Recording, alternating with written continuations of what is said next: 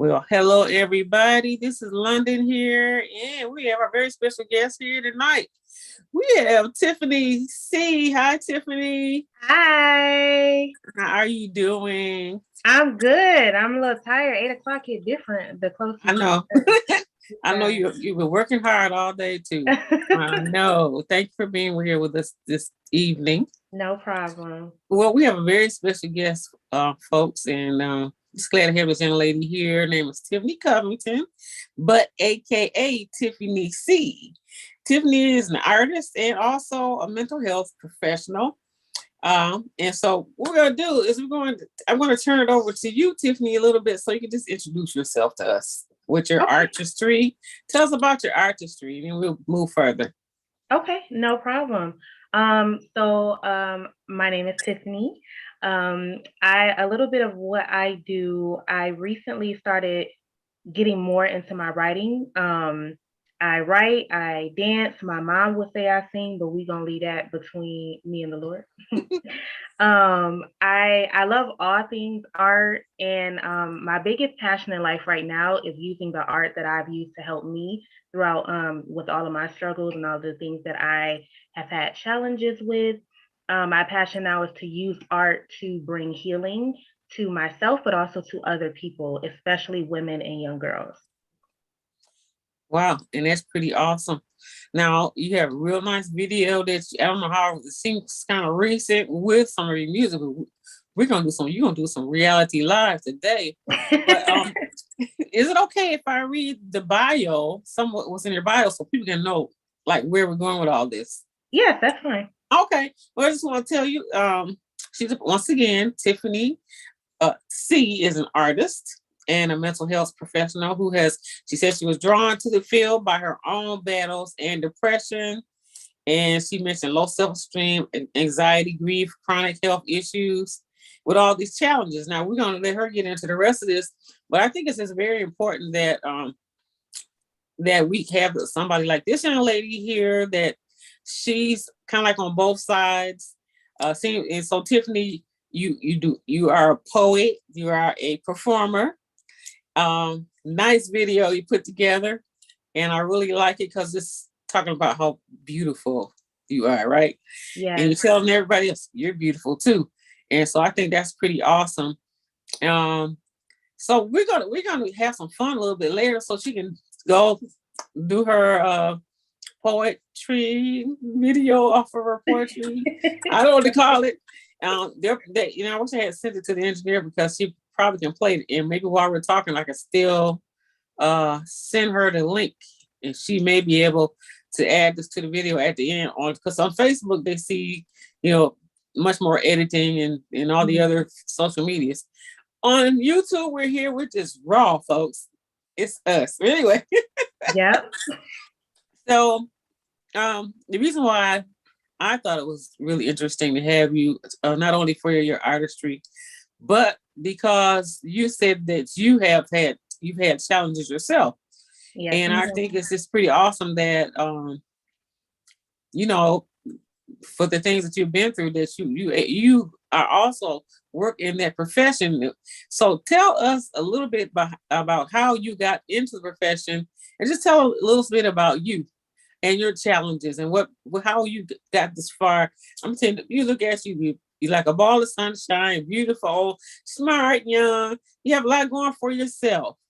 Because people don't know what people go through it many times to get where they are. And then Right. sometimes people may look like a ball of sunshine and beautiful and smart and young or older or whatever and look fine, but you never know what's going on the inside.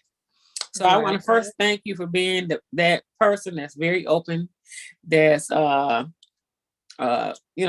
allowing people to hear the inside of what's going on, and there's a lot of people I'm sure that can be either comforted by that or they say, okay, that's somebody that I can look at that makes me feel, like maybe I can be stronger or I can relate to what Tiffany's saying. So can you just, tell us a little bit about you and how some of the things that you've gone through and how you even got into the profession? I think that's amazing. Yeah. Yes. Well, I mean, your introduction just now, I'm speechless. I don't know what to say. You just said it on something. What the preacher say in church? They just said it all. I ain't got nothing else to say. Um. So, kind of, I want to tap on something you said about people watching this can look at me and say, oh well, if she's this big ball of sunshine and she can, talk about her struggles, and maybe I can be open, and that is my goal, because that is a big part of why I have chosen to be as open now with my writing and with my love of art and with all the things that helped me heal. Because when I was growing up, I didn't really feel like I had someone like me to look up to, someone who um, was like gravitating to everyone, and the person who everyone loved to be around and loved to come share all their secrets with and talk to and confide in. But then they would also be this person who was strong and confident and all of that. I never had that person. I always felt, in my bio I said I struggled with low self-esteem. I always struggled with loving who I was and being okay with the person that I was when I looked in the mirror, when I talked about myself. It took until I was probably in my 20s, in my early 20s, maybe like 20, exactly 21, and I still struggle. But it took me a long time to even be able to say thank you to a compliment, because I would think people was just saying it to be nice, especially in the church or around my family. I would think people were just saying things to, be nice and generous. And when people would call me beautiful, I would just kind of laugh and, shake it off. And, mom actually pointed out to me one time when we were walking in the mall, and I don't know if she remembers this, but she's listening. So I don't know if she remembers, but we were walking in the mall one day when I was younger. And she noticed that every time a group of guys would pass by, a group of boys, I would walk the other way. And one day she was just like, I know every time we walk in, when boys start to walk past, you always walk the other way. Why is that? And part of it was because I was uncomfortable with me. So I would always kind of shy away from people.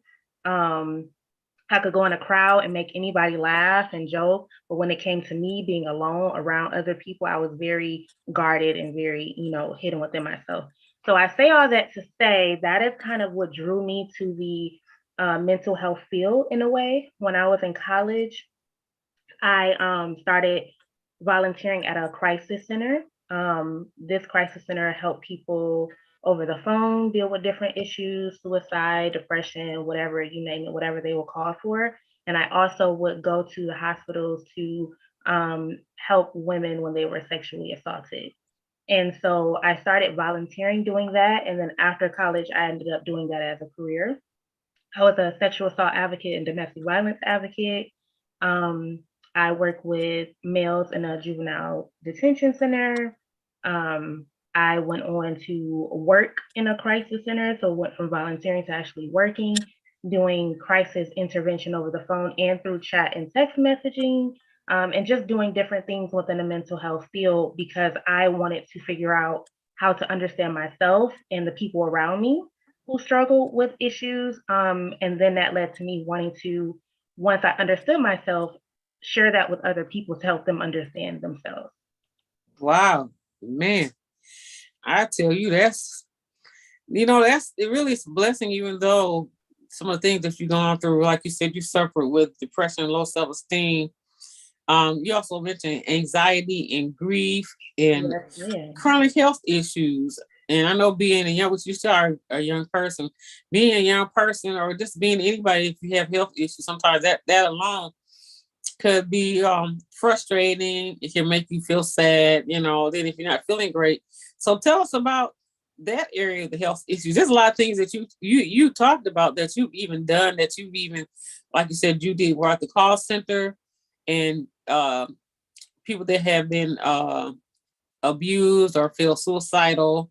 Mm-hmm. So tell me a little bit, as a young woman, what type of chronic health issues did you suffer with?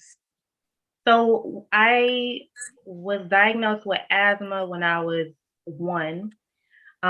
So I spent my whole life having issues with battling asthma, asthmatic attacks, getting sick all the time, having issues with my stomach, um, having really bad migraines.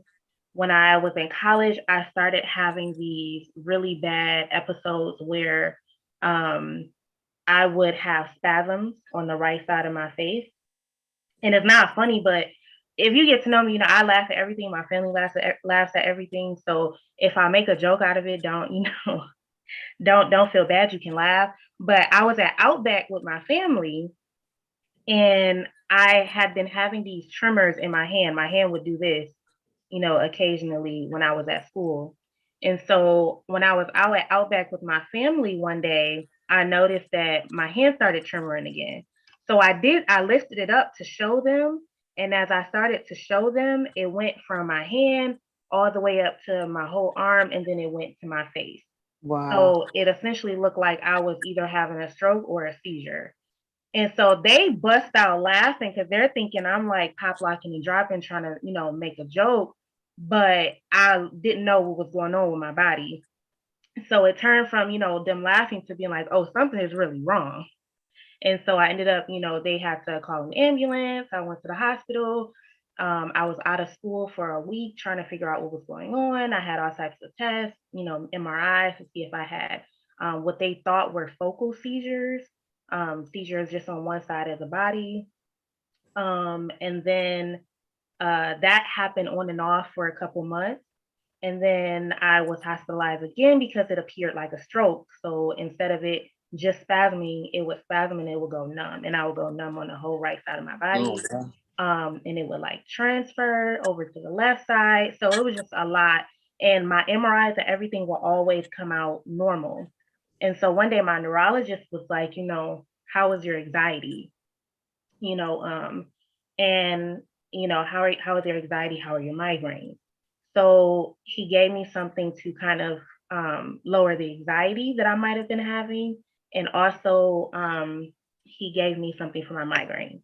So my migraines would get so bad that they, pretty much connected it to that it was just an aura, like a weird aura that people get when they have migraines. Some people can't see, some people see colors and different things like that. So they attributed that to being an aura for my migraines.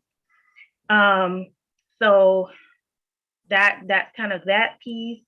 And then the stomach issues, all of that, it's just been random things going on throughout my life. And ultimately, recently, what it has connected to with my twitches and everything is the fact that I do have really bad anxiety. And that typically triggers my migraines. There are a lot of different things that trigger migraines and that make it worse, but that is a big thing for me, my anxiety. And then when I get a migraine, my migraine triggering my anxiety. So it's just a lot going on. Wow. So, thank you for being so very transparent to everybody. Um, so in the outcome of this, what is it attributed to? What does it come from? Was you think that it came from anxiety or things that's happened to you in your life or stress or a combination of everything? That's the thing. No one can ever say for sure what it is, right? Doctors will always say it could be this, it could be a migraine, it could be anxiety. But ultimately, what I felt is that I've had to watch when it happens. And I had to start kind of keeping a little personal diary to myself of what I notice is going on around when it happens. I haven't had an episode that bad in years. I started going to the chiropractor that helped a lot with my migraines, and then that helped a lot with the spasms and the numbness. I take magnesium now because a lot of that can be from a magnesium deficiency as well. And I noticed that when my anxiety is the highest, that is when everything kind of goes out of control. So I just kind of monitor the symptoms and I try to heal myself from the inside mentally and physically, watch what I eat and all of those things to make sure that I'm overall just well, because no one is ever really going to have an answer, but I think the biggest answer is that when you're not well overall. Mm, And wow. so it doesn't have to just be one cause. It can be everything working together. So If I'm dehydrated, I get a migraine. But if I'm anxious, I also get a migraine. So overall, I have to watch everything that I do. I have to watch the people that I have around me. I have to watch the energy that I keep around me. I have to treat my body as if I love my body. I have to drink water. I have to watch what I eat. I know what foods trigger my migraines. So I don't eat a lot of salt anymore. I don't eat a lot of drink a lot of pop or anything. I have to love myself overall and work on healing myself so that I'm not stuck trying to figure out what's wrong. Well, I want to just maybe add to some things you're saying. Um,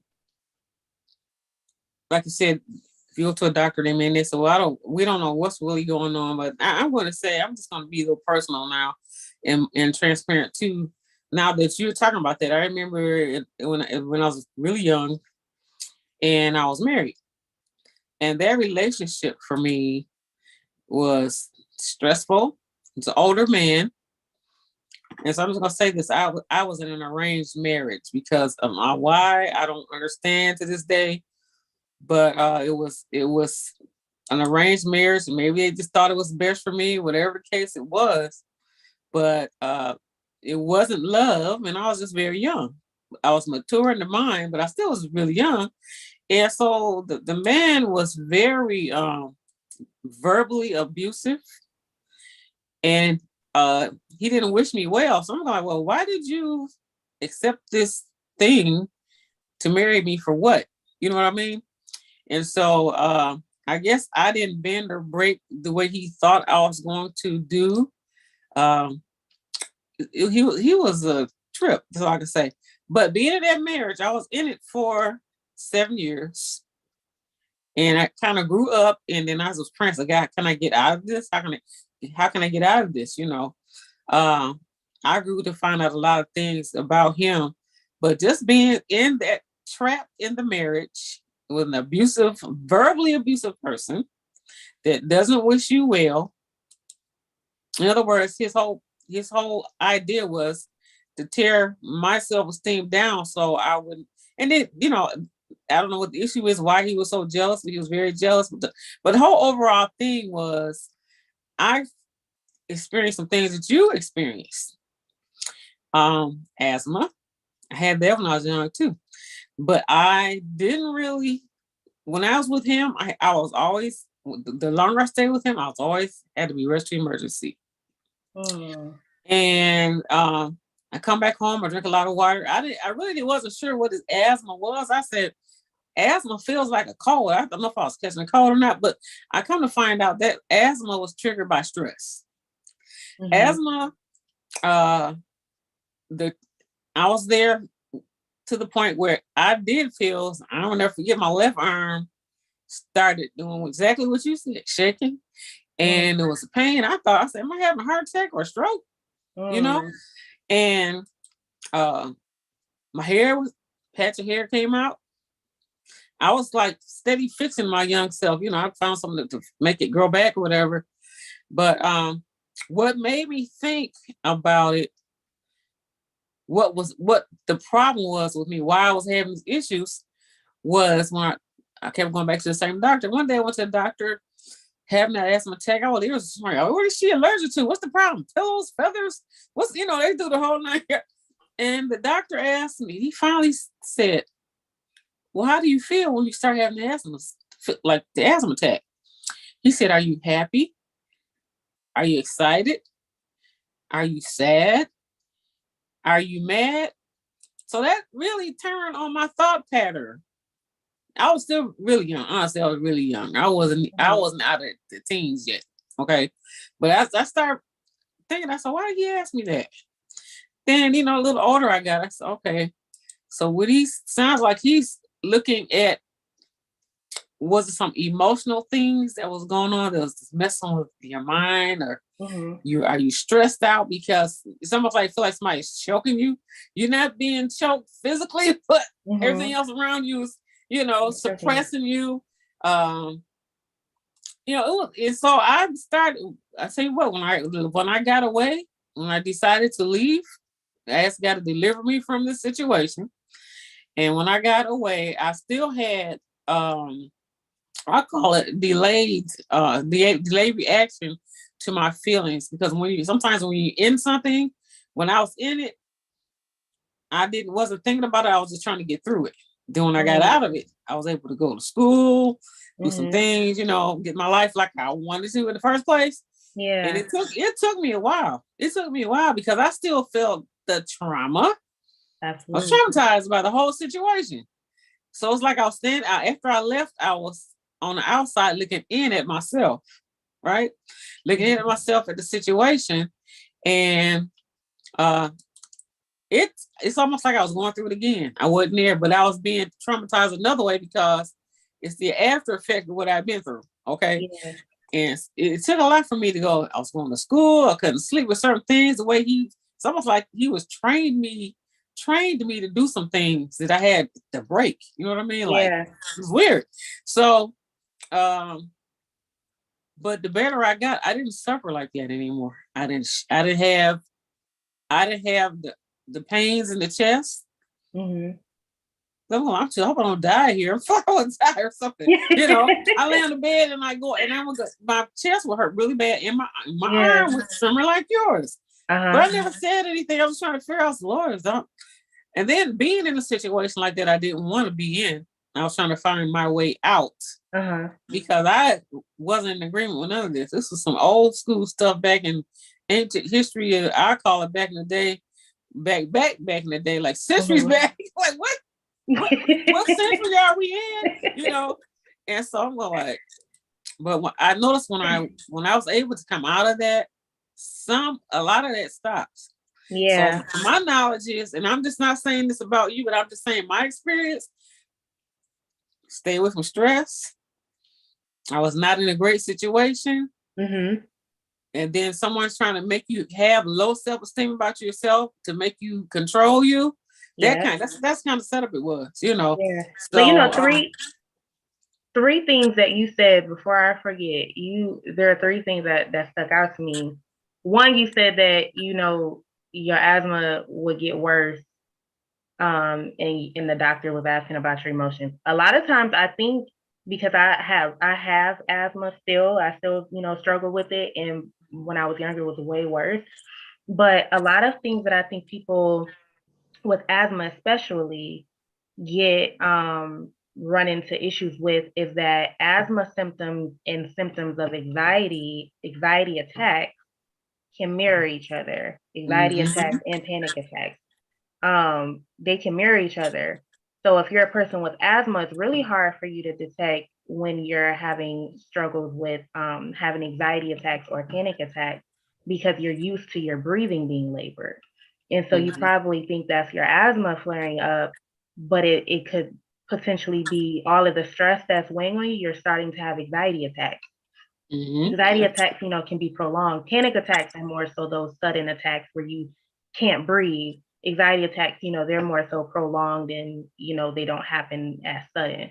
But that's one thing that stood out to me that I want people to kind of take away, especially if you're an asthmatic, pay attention to the differences because, I grew up all the time thinking everything was related to my asthma. But now that I identify my anxiety issues, I know when I'm having an anxiety attack versus when I'm having an actual flare up of my asthma because it starts becoming very hard and it happens over the day. That's how I know, it's not my asthma. If I'm stressed and I'm like, whew, and I'm fidgety and, I feel like I can't stay still and I'm getting hot and like I'm getting dizzy and stuff, I know like my anxiety is flared up. You going through those changes, yeah. I'm going, yeah. And then another thing you said that you were talking about the tingling sensations and the numbness. Our body traps trauma. Our body there's a book called The Body Keeps the Score, but our body keeps trauma trapped inside if you don't deal with it, if you don't acknowledge it, if you don't address it, if you just are quiet. Because the third thing that you said was that you didn't tell anyone that you were having those tingling sensations. Well, a lot of what you were going through at home, it was probably getting trapped in your body because you weren't saying anything about it. You weren't dealing with it. You were just kind of going along with it. And then, with you not telling anyone that you were feeling that, it probably was getting worse because where the devil gets you, and I'm just gonna go there real quick. Go where ahead. the devil gets you is that he tries to keep you alone and keep you silent and not telling people And what now you're you're suffering all experiencing. by yourself. Yeah. Because Mm-hmm. yeah, because that will just get you suffering all by yourself. The symptoms will get worse. The thoughts going on in your brain will get worse. Everything just keeps on increasing and increasing and increasing until you're like, you know what, I can't do it anymore. So that just stuck out to me when you were talking, because I'm like, yeah, a lot of that was getting trapped, because that's what happened to me. All of it, my dad died when I was 17, and then after that, it was just death after death after death. And all of that was stuck in me because I never stopped to truly grieve any of them. I kept going. I was like, I'm gonna just, I'm gonna make him proud. I'm gonna keep doing everything that I can do to make him proud, then to make her proud, then to make him proud. Then who all died? Like, I And don't not, remember no and you more. forgot about yourself, basically. Yes. So yes, but yeah. So a lot of that's why I say I can't pinpoint what exactly it is that is wrong, because it's too much. Too It's many, too much. Yeah. yeah, yeah. If your overall well-being is not right and it's But not in somehow, alignment. sounds like you got to, excuse me, get to know yourself. Because that's Yes. what happened to me. And the thing was, the part is not knowing.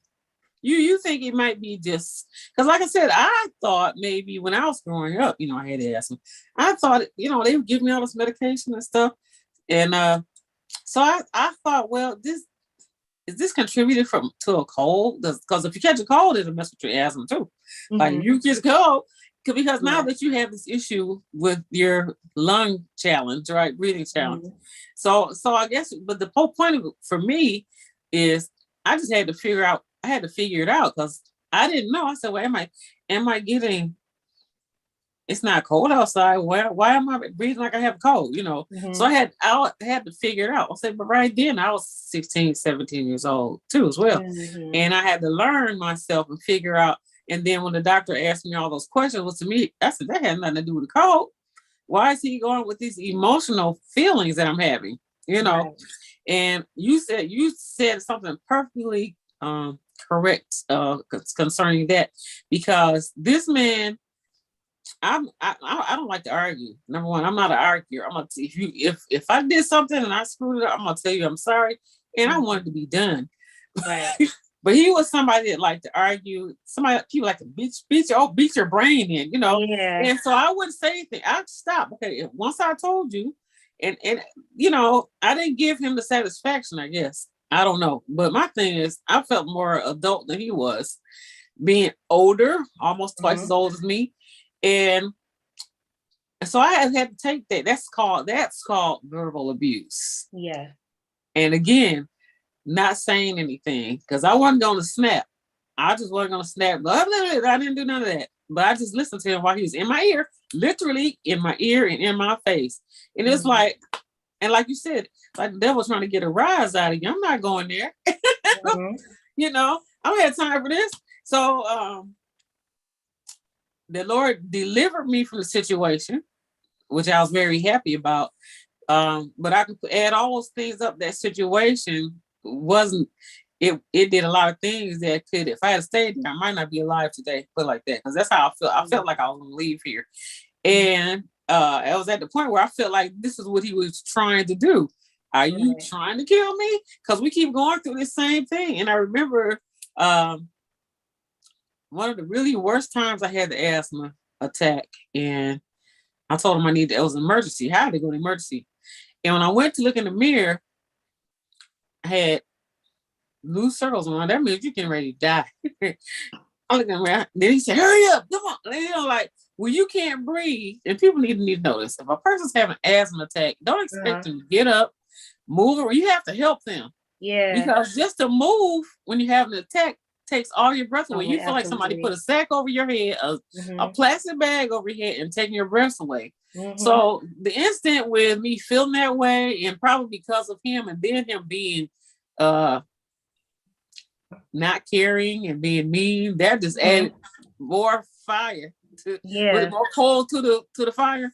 Yeah. But it was a learning experience for me to learn about myself. And so, this is some things I've never really talked about to a whole lot of people. But it's good to talk about that, because, like, once again, people never know what people go through, where they've been, and where they are now. Right. I'm the type of person, once I find out this is gonna hurt, I'm leaving. That's good, because a lot I of mean, people stay too I'm not a long. glutton for punishment. But my thing was Yeah. being so young, I had to pray my way out. God's really kept me. God is the one. He's the one. For me to get as close to God as I can get. Yeah. That was And the only one. I also want to piggyback off that too, because, and that might lead into what we kind of talked about when we spoke on the phone. When people say like, you know, God took control, God let me out. That is absolutely beautiful. That is amazing. And, you know, we praise God for that. But I don't want part of what my mission is that I'm a believer. I believe in God as well. And I love God. And I give him all the praise for all that he's done in my life. But without God putting in place those resources that can help you, without those resources that he's put here, no one can do it by themselves.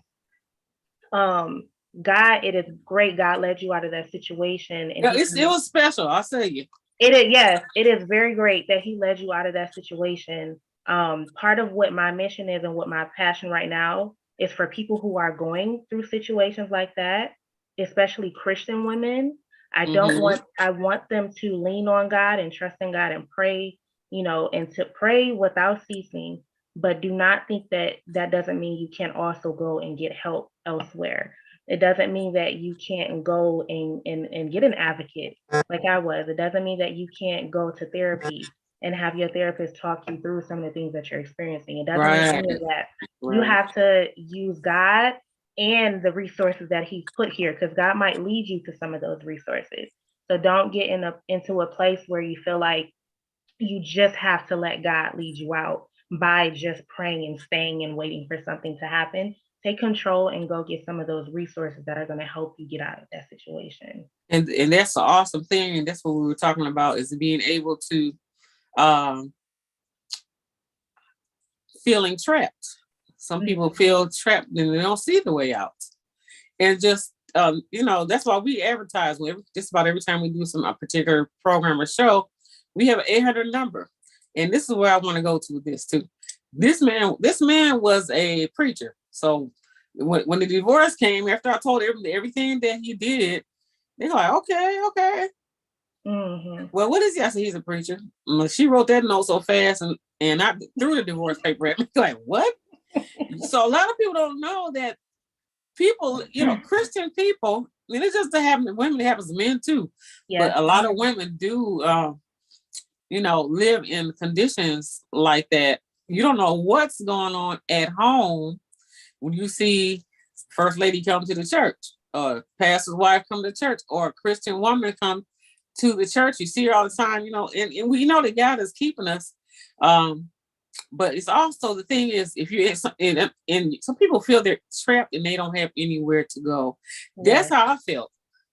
I can't tell anybody this. It's, it's like, and I think one lady from the church, I guess she saw the whole situation. This young girl's with this older guy. So she just called me up. Mm-hmm. I call her Mama today. Right now, she's still living. And I talked to her on the phone, and I one day just let it all out. So you have that guilt feeling. I'm not supposed to tell them about all this is going on. I told her she was somebody to tell. And because I told her, she kind of mothered me. She didn't butt in. She didn't try to, break up anything. She said, okay, listen, I'm going to take you over here. Let's go. And so I was able to air my brains out, get out and do some things, which that's another thing he didn't like. But she knew. So I had one person that I was able to tell.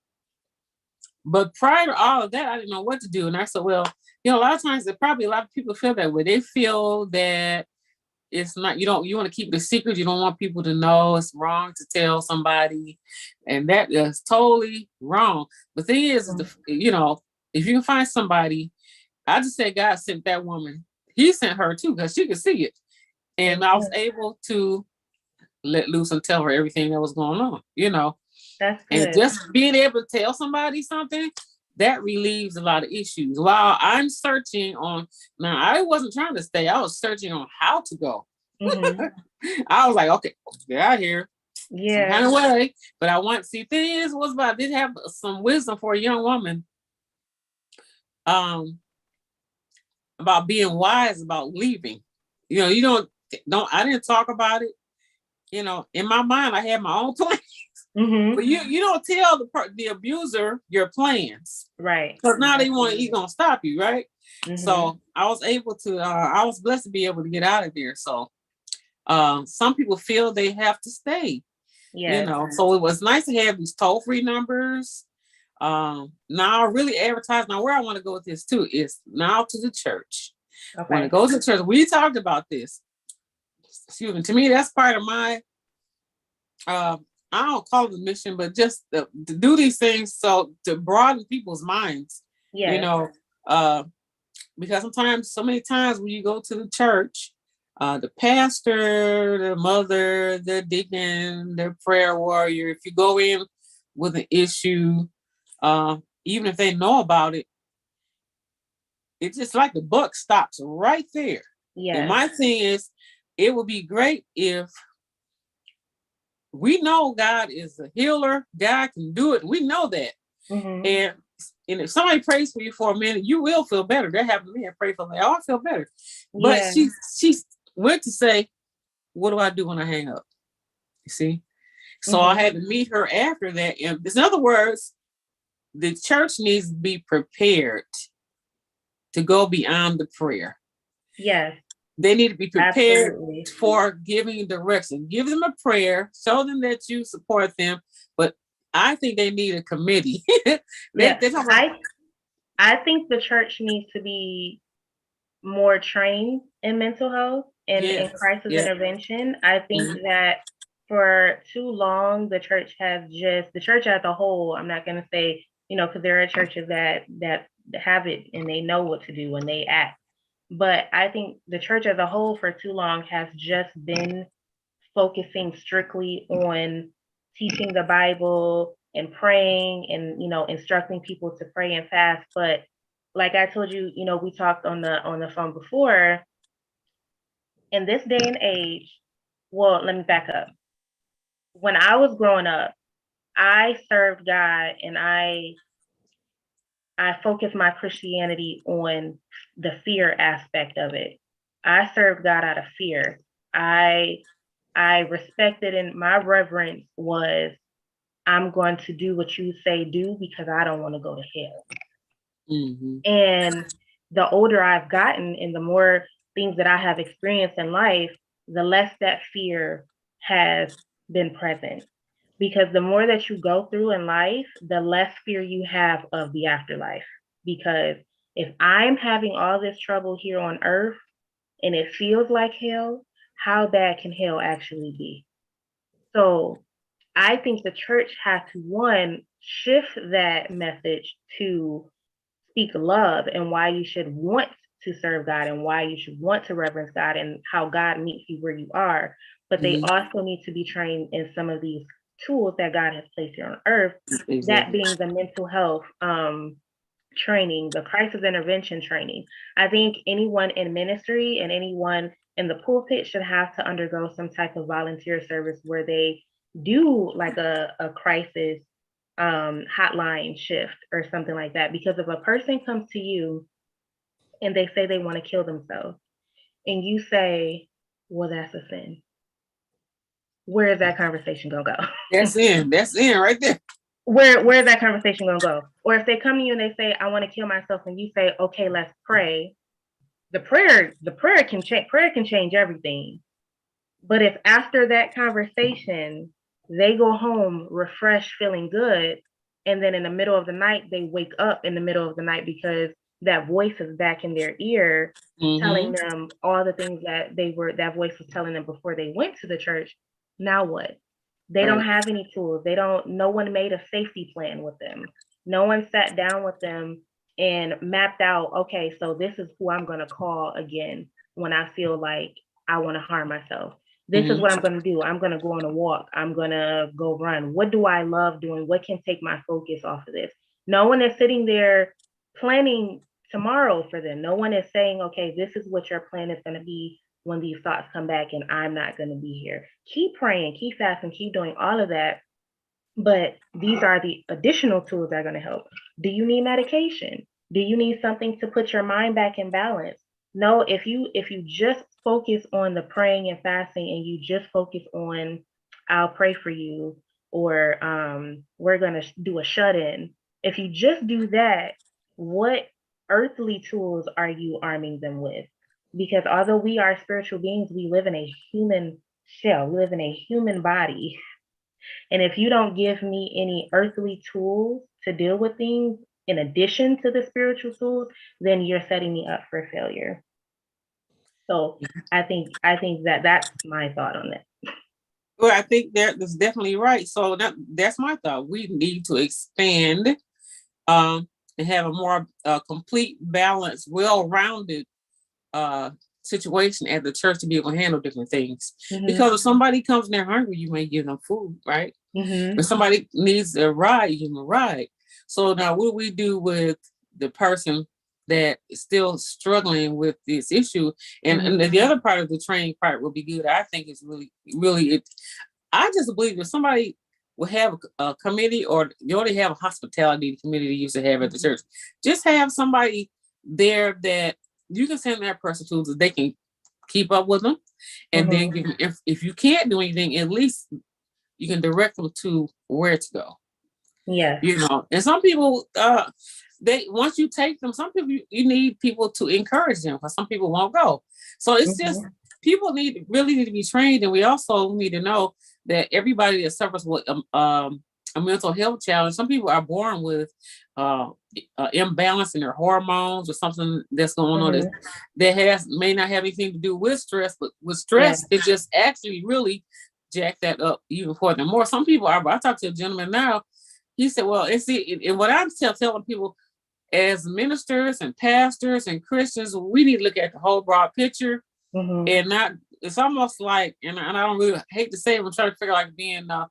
I can't be so holier than thou because I know what God has done for me, And then if you don't do what I told you to do, if you don't get that prayer, it doesn't change, there's something wrong. All that kind of chatter need to stop that. And so if we learn more about people, the medical end of it, some people may really be suffering with demonic spirits. There's a lot of spirits out. Yes. But at the same time, it would be good to have somebody to cover the whole territory and not just stop right here. Okay, once you come in this building, when you leave, you better be right. After that, you're on your own. That type of thing, Yeah. So that's where the love comes in, understanding, compassion, right, will come in. And I think that the more we talk about it, people are going to better understand in the church area of we need more, Yeah. we need more. Somebody comes in, you keep up with that person. It's like they say, well, the person's sick. Did you call Sister so-and-so, see how she's doing? She maybe had surgery. Same thing, so you got to take it a step further outside of those four walls. And then have some, like I said, if you don't have the knowledge, find somebody that does. But the main things like the 800 numbers, talk about those. I think those things need to be even said over the pulpit. When you do, if anybody has, we're gonna pray, anybody have any issues, there's 800 numbers you can call, even have pamphlets. It's all kind of things that can be done in the edifice of a church, that at least we can do all that we can do and then hand them something so they can have something to hold on to. So I've been glad having this. You know what? We want to be able to broadcast this again. I want to see, let me read the rest of this and then we're going to ask you to perform for us. That would be great. Okay, so these challenges, this is part of our bio. These challenges are what inspired and motivated Tiffany to earn her bachelor's degree in psychology with a minor in health. Wow. Health promotion from Michigan State University. Miss Big Time Girl, go ahead. During her junior year of college, Tiffany began volunteering at a crisis center. That's what you said, as sparked the desire to help people work through and heal from their own crisis. That desire was intensified by Tiffany, as she said, her own time working as advocate for survivors of domestic violence. You have to come back because we got a lot to talk about. We got to talk about domestic violence. We got to talk about sexual assault. We got to talk about all these things that people might be suffering with. I've even had people tell me some things like I'm like, wow, this is real, and it's not something I heard about. Just some, I've actually had people tell me different things that happened to them. And if you hear my story, look, you hear my story, and I'm just saying, God has blessed me all my life. I have stories for days, so I definitely wouldn't mind coming back to talk about some of these other topics. There was a part of the bio that's what led me to do that. So the poem that I wrote that we're talking about and that I'm gonna do, Breathe, came from a place of everyone around me experiencing certain things, and then me experiencing things as well. And that's where my art comes in, where I have no interest in being closed off anymore. I have no interest in, not speaking out and not being transparent and not being myself, because I've seen what it can do health wise. I've seen what it can do, with my mental health of not letting things out. So that everything that, is in my bio of what I have done and what my, passion is moving forward, it all comes down to me just wanting to give women and men as well. But I say primarily women and girls because I am a woman, and my experience comes from my experience as a woman and as a little girl growing up. So I want to be able to give a voice to that woman and that little girl who feels like they've experienced things that I've experienced and haven't been able to give a voice to it without feeling like they have to fit a certain mold to be okay with feeling those feelings. Because society will tell you, a lot of people come out about different challenges that they face, but they come from these women who every time they talk from a place of strength and, everything's fine now. Right. Like, I went through that, but everything's fine. But no, I'm here to say everything is not fine with me. I still struggle with depression and anxiety. I have premenstrual dysphoric disorder. Before my menstrual every month, I get really depressed. So, and I struggle with anxiety daily. So I have no interest in trying to appear like I'm perfect and like I don't go through certain things because it's not going to help anyone. Mm-hmm. So that is me. Wow. So, so you ready? Sure. Okay, we're ready. Sure. Okay. We introduce you again. We are here with this live interview with Tiffany C, and she's going to grace us with her talents and skills of her art. Tiffany. Thank you.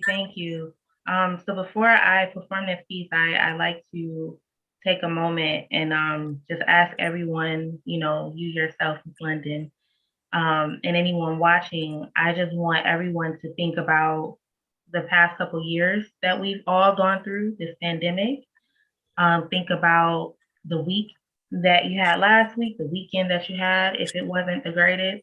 Think about everything that makes you feel as if your chest is going to explode, as if you don't know what tomorrow may bring because you barely got through the day. And I want you to take all of that and just take a really deep breath and breathe it out on a count of 3. So 1, 2, 3. Breathe. Dear beautiful, I heard you had to cry today.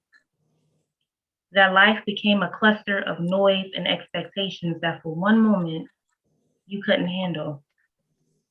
I heard you had to sit down and let your body melt under the fire of all your deepest pain, your darkest thoughts, your heaviest burdens.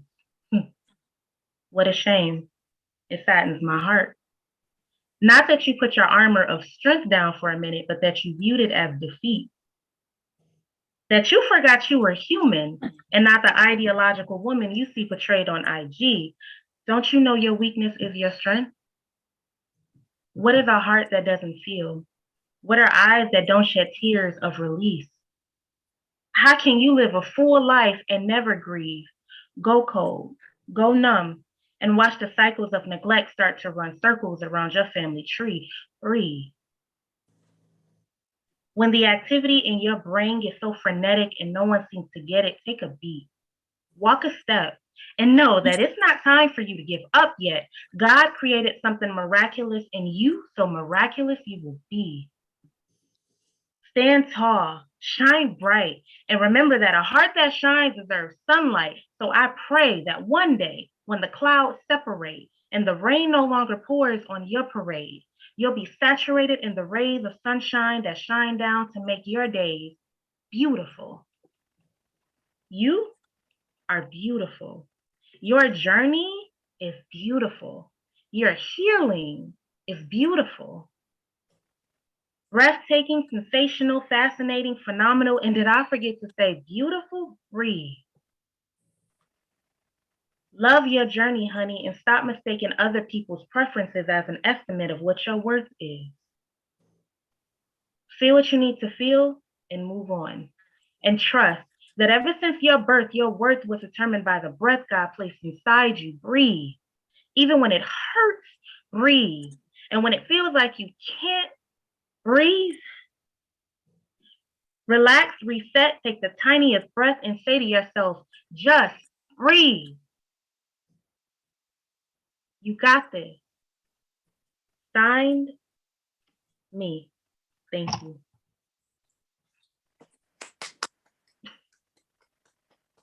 Wow. Thank you. All right now. Well, thank you so much. That's beautiful. And just breathe. Thank you. Amen. We thank you so much for that. That's just great. Thank well, you. We expect you to come back, and I know you probably want to get some rest, Tiffany. Oh, I sure am. I'm asleep good tonight. I sure am. But thank you for having me. Thank you so much. I really appreciate it. And it's I'd like for you to come back again and have some ideas for you. Not that your schedule was not already too full, but maybe you'll listen. Out. Yeah, it is. This is great, and I thank God that I know your mom and I know your dad, and I saw you too, but you were probably so young when I saw you. Now you've all grown up. Probably. I did. I saw the girls. I saw the family. And but it's nice to be able to see you today doing what you're doing. And of course, our love and our prayers are with you. And we are going to say farewell because if we can't go over an hour, we won't be able to run this again through our system. We have a special system. So is there anything you'd like to say in the last one more minute before we go? Just whoever you are, be who you are, love who you are. God didn't place you here for no reason. It's not a mistake. He placed you here to do something, no matter what it looks like on the outside. If you feel like what you want to do is too crazy or who you want to be is not going to be acceptable to people, I want you to be you, because through you being you, God is going to work through you and he's going to help people with you. So take that, be blessed. If no one else has told you today, I love you and appreciate you and value you immensely. Wow. God bless you, Tiffany. Thank you. Yeah, if you don't mind, I'd like to call you for about 2 minutes after this is over because I'm not going to hold you, keep holding. But thank you so much, everybody. Thank you for tuning in and watching Tiffany C, the famous Tiffany C, the artist. Not famous. Yeah, you're famous. I'm saying you're famous, okay? Thank you. You're a blessing to many people. And so we want to keep pushing this out there so many people can be blessed. And we ask God to bless you too. Continue to bless you. Thank you. And we want to tell you that you're beautiful. Thank you for telling us that we're beautiful and telling us that you love us, and we love you, Tiffany. Thank you. Thank you so much. Love you, everybody. God bless you. Have a blessed night. Okay. Bye-bye. Bye-bye.